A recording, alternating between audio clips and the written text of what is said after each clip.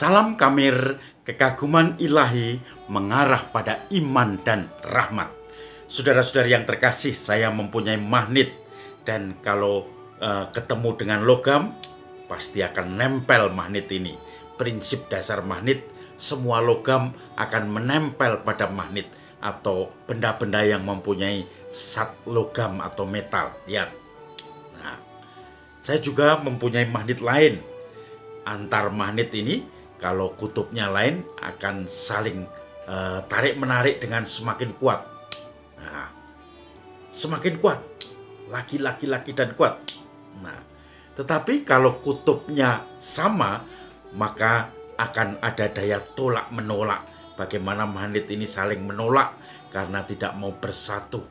Saya teringat seperti air dengan minyak, saudara-saudari. Kalau minyak dengan air dijadikan satu tempat, maka mereka biasanya tetap tidak mau bersatu, saling berusaha untuk memisahkan diri karena tidak klop di situ. Nah, saudara-saudari yang terkasih, ini tolak menolak dan juga tarik menarik yang kuat. Di dalam kehidupan sehari-hari, kita pun melihat bagaimana banyak kelompok saling tarik menarik dan mereka menjadi satu karena satu paham. Tetapi ada juga yang saling tolak menolak, saling menyingkirkan karena pahamnya lain, karena hobinya lain, karena kesenangannya lain. Nah, Injil hari ini bicara tentang dunia dan Tuhan sendiri. Yesus mengatakan, "Jikalau dunia membenci kamu, supaya kamu tahu bahwa dunia lebih dahulu membenci aku. Sekiranya kamu datang dari dunia, maka dunia akan menerima kamu. Tetapi kalau kamu bukan dari dunia, karena kamu telah aku pilih, maka kamu pun akan dibenci oleh dunia." Saudara-saudari yang terkasih, Yesus juga mengatakan bahwa seorang hamba tidak akan lebih tinggi dari tuannya. Kalau tuannya diusir, tuannya dibenci, maka hambanya pun akan dibenci. Jikalau dunia membenci aku, maka pasti dunia akan membenci kamu. Tetapi jikalau dunia menerima aku, maka dunia juga akan menerima kamu. Tapi kamu bukan dari dunia, maka mereka akan membenci kamu. Karena aku, mereka membenci kamu. Saudara-saudari yang terkasih, dalam masyarakat kehidupan sehari-hari kita sering menemukan itu. Misalnya ketika saya berkarya di Atambua dan juga Timor Leste, ketika mendampingi pengungsi, orang-orang yang mengungsi di Atambua dan Kupang, mereka tentu saja rindu untuk pulang ke negaranya yang sudah merdeka pada waktu itu. Mereka rindu ingin hidup di kampung halamannya dengan kerabatnya dan juga tentu saja seperti dulu lagi. Maka program repatriasi bersama UNHCR pada waktu itu diusahakan. Kemudian banyak pengungsi yang mulai pulang. Nah, tentu saja banyak yang dirugikan dengan pulangnya pengungsi ini. Ada yang gak suka, ada yang selalu mencibir, mengganggu, marah, bahkan juga bisa sampai ngamuk, sampai melukai para pengungsi atau orang-orang yang berusaha untuk memulangkan ini. Bahkan ada yang terbunuh juga untuk mereka-mereka yang berusaha memulangkan ini.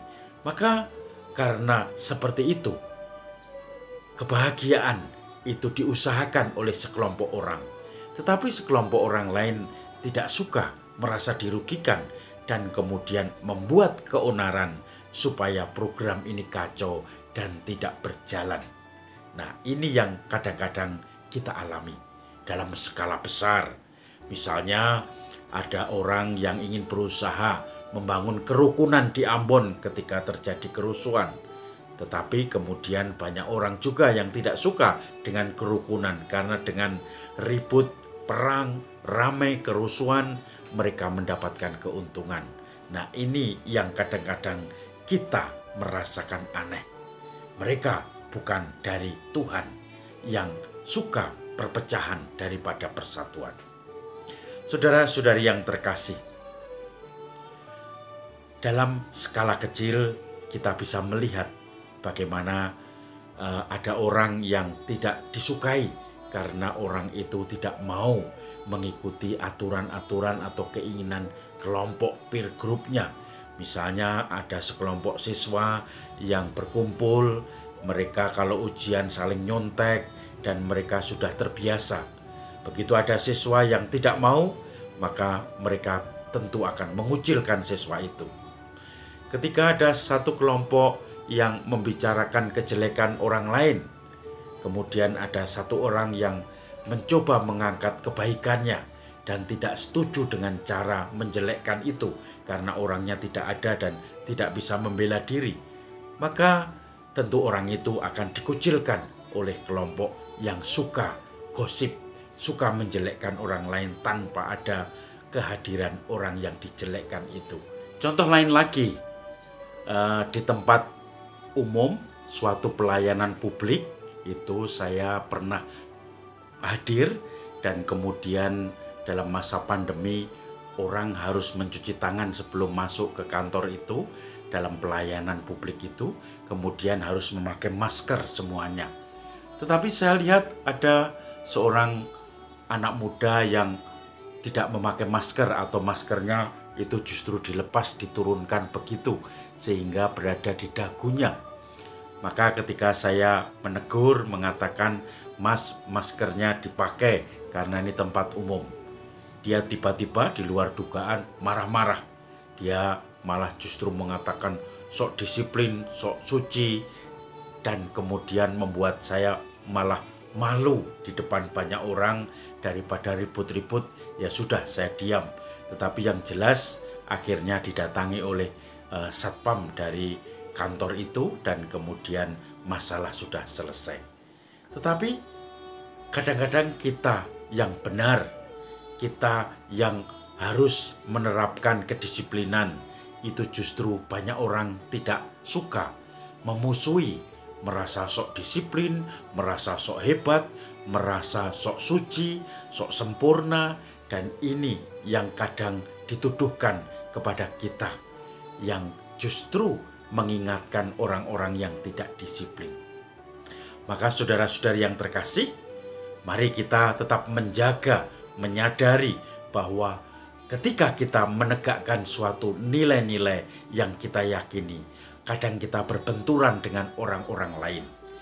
Kita selalu ingat bahwa Yesus sendiri sudah lebih dahulu ditolak, maka kita juga pasti akan ditolak.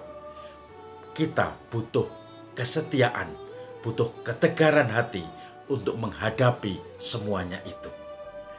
Salam Kamir, kekaguman ilahi mengarah pada iman dan rahmat.